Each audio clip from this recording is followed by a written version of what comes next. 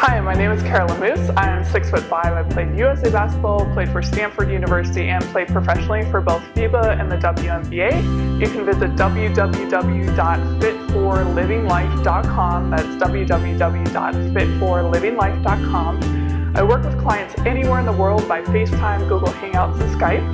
And I work on nutrition, yoga, weight room training. And today we're going to discuss lesson 4 of nutrition. Now, a lot of these formulas that I integrate is actually part of my programming, and it's not necessarily something you will have to do on a daily basis, but I like to give a baseline measurement just to start you off and to give you a sense of how I go about calculating your personal needs from a physiological standpoint. The first thing I'd like to talk about, we kind of discussed it a bit before, is really understanding macronutrients. So relative to nutrition, a lot of people, when they sit down, they don't think about proteins, carbohydrates, and fats, and they just have a meal. So they're not thinking about physiologically, what is each part going to give their body relative to muscle, rebuilding muscle, relative to energy levels, and relative to their organs and their organ health. So proteins, carbohydrates, and fats. And when you work with me, you'll receive a handout of a grocery list, and you'll also start to understand when you sit down for a meal how to prepare each category of food. So the bulk of today's lesson, I'm actually going to give you some basic formulas that you can use to, again, this is just a baseline because when you work with me, we constantly manipulate and crunch numbers so that you get to a point 6, 8, 12 months out where you're seeing some huge results from a body composition standpoint. And again, body composition is the ratio of muscle to fat. Okay, I'm never going to focus on weight alone. That is the biggest mistake people make. Do not jump on a scale. Okay, we're going to measure with calipers your body fat, body composition, and we're going to see how your clothes fit. You're going to be fit. You're going to be strong. Muscle is more dense. It takes up less space and yet weighs more per square footage. Okay. So the first one is your age-predicted maximum heart rate. Why is this important? Well, as we age, our VO2 max, unfortunately, most people it starts to go down a bit. Having been a professional athlete, my VO2 max is pretty incredible, pretty high, and I do cardio 6 days a week, so I like to keep it as healthy as possible. But as we do get a bit older, it is going to decline. So it's very important to integrate this formula relative to your age and stage in life. The first thing you do is you take 220 minus your age, and this will give you your maximum heart rate, okay? Once you have this number, the maximum heart rate, you multiply that times the intensity of your training. Now, what's intensity? You have duration, you have mode, and you have intensity. Duration, how many minutes you're going to go. Mode, what form of activity. That highly affects caloric expenditure. So if you're running, sprinting on a bike, running through the sand versus swimming, etc., your intensity is going to differ based on the mode of activity. So we'll take this percentage that I will select based on your needs and your age and stage, and you'll multiply that to get your target heart rate. So let's just take a quick example. We have a 34-year-old, and I would probably place them at 75% intensity. So you take 220 minus 34, which equals 186 times 0.75. We're looking at 139.5 beats per minute. Simple heart rate monitor, you put that on your chest. They have different ones you can wear, pretty easy. And you monitor that as you're going through your sprints. And this is very important when you do 1-to-1 ratio sprints, for example, because you have very short recovery time. Let's say you're on a bike and you're doing a 1-minute sprint, and then you only get 1 minute to recover. A lot of times that heart rate, it may not come back down, and you have to be very careful with that, especially as you get into your 50s and 60s. Okay, so this formula is very, very important. The next one is the Carbonin formula and heart rate reserve. Okay, so you're going to take 220 minus your age, and that gives your MHR. And then you take your MHR, which is your maximum heart rate, minus your resting heart rate. Okay, and this is going to give your heart rate reserve. Why is this important? You need to know what you have left over. It's the best way I can phrase it. And with this formula, you can actually push yourself to your absolute maximum based on knowing what you have left over. And hopefully you look at it as glasses half full. Be an optimist. But once you have that number, it's very helpful. The next one is body mass index. Now, I'm 6'5", so for most people, I actually Don't use this one if they're either bodybuilders or elite athletes, or they're on the taller side, because it's a type of equation that typically gets swayed based on lean body composition. So the more muscle mass you have, it actually affects the outcome of the formula, and it's not as accurate. But we do BMI, especially with kids, with youth and teens, just to get a sense of how are they growing based on their height and body composition, and how do they kind of max out and then plateau and stabilize as they're growing. So in this one, you'll take your weight in kilograms divided by your height, okay, in meters. And like for me, I was off the charts when I was 16 to 18, okay? Because I'm X age, and then I'm female, and I'm 6'5", and I also put on a lot of lean muscle for basketball, so I was off the charts. But for most people, the average height and gender, you will be within a good range. So in terms of desired body weight, and again, I'm going to go back to the myth of we do not weigh you, we look at your ratio of muscle to fat. But this is a good formula to have, especially if you're trying to get more lean muscle mass. And lean muscle mass is just putting on muscle tissue and lowering your percent of body fat. Now for women, it's very essential to stay within 12 to 14%. If you get below that in terms of body fat, you actually risk not being a healthy woman and not being able to menstruate and not being able to be healthy down the road. So it's very important not to get too low, especially for elite athletes. And then for men, that percentage is somewhere about 7-8%, okay? So men tend to be leaner in general, but for your desired body weight, you're gonna take your DBW, which is your desired body weight, which equals your LBW, that's your lean body weight, divided by 1 minus DBF. And that's your DBF percentage, desired body fat percentage. Let's say right now I'm sitting at 18%, which is not true, but I'm more about 14, 12. But I want to get down to 14%.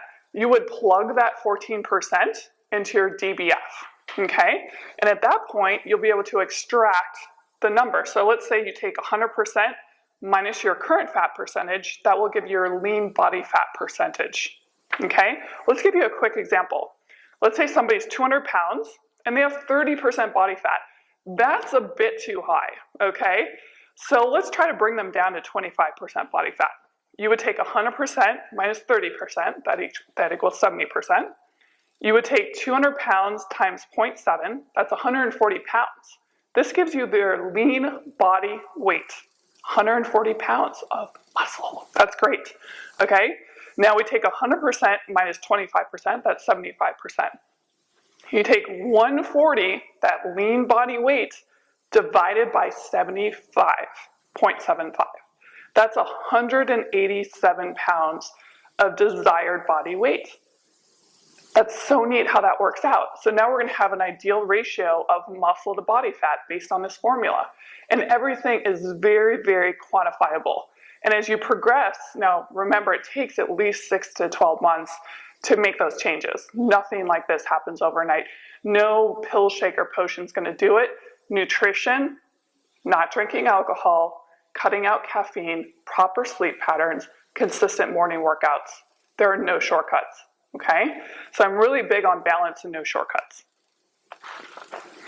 Now, one thing you should understand relative to nutrition, and this is something I'll calculate for you, is the amount of calorie per gram for each macronutrient. So fat is 9 kilocalories per gram. Alcohol, which we're going to cut out completely. I personally do not drink alcohol. I have not drank my whole life, but that's 7 kilocalories per gram. Carbohydrates are 4, and proteins are 4 kilocalories per gram. So as you're trying to lean out, most people come to me, I would say 90% are trying to lean out or gain lean muscle. That is their typical outcome goal. You have to be realistic, okay? You have to realize this, again, takes 6 to 12 months. Another thing that's going to help in that process is understand your basal metabolic rate. That is at sleep and during rest, the amount of calories you burn just by breathing.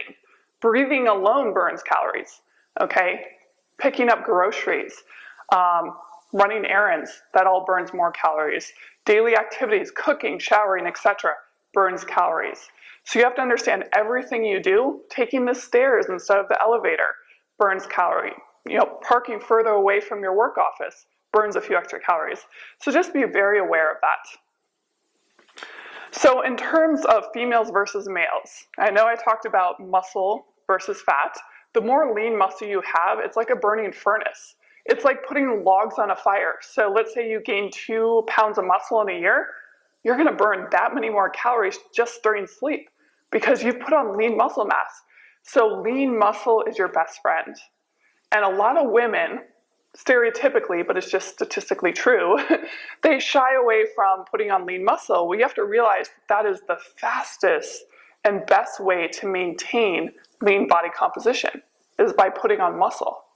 And so again, don't focus on jumping on the scale. Focus on how you feel. Focus on how your clothes fit. And you can use these formulas, again, as a baseline. It's also very important to not fall below your basic metabolic needs. So I've worked with some people that are extreme, and they'll try something out for 1 month, and unfortunately they get results, but it's not sustainable. Okay, so it's very, very important that you understand there is a threshold that you can't fall below, because if you do, calorically, your body will adjust. It's like a clock, okay? And this tick, tick, tick, tick, tick, that's your caloric burn. If that starts to slow down, tick, tick, tick. That's going to affect your basal metabolic rate, and you're not going to be able to burn calories as efficiently once you resume a normal meal pattern. So let's say you go below 1,400 calories, but your body actually needs 1,600, just as one example. Your body literally will not be able to burn those extra calories once you resume a normal pattern. Okay, so it's very, very important to sustain yourself, and again, not to lose lean muscle in that process. So there are different activity levels. We have sedentary, we have kind of moderate, and we have extreme workout. And what I do is I take a formula and I plug in based on daily activity. Let's say you work out 2 days a week, you work out 4 days a week, or you work out 6 days a week. You can literally extract how many calories are burned based on that activity level. And it's very important to understand this, okay? The rate of leaning out is something people ask me about all the time. Hey, I have this big event. I know it's different for everybody, but they'll come to me, I have this big event in 5 months. Is it realistic to do X, Y, and Z? So I'm gonna paint a picture for you, okay?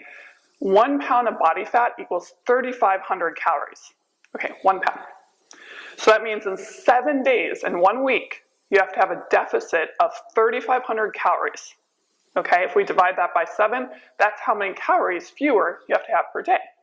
Now, if I focus on calories, don't think about quantity as much as I want to have you think about quality. What's the difference? Okay, so let's say we had 2,500 calories of milkshakes and fries and hamburgers. And then we had 2,500 calories of lean proteins, whole grains, lots of fruits and vegetables.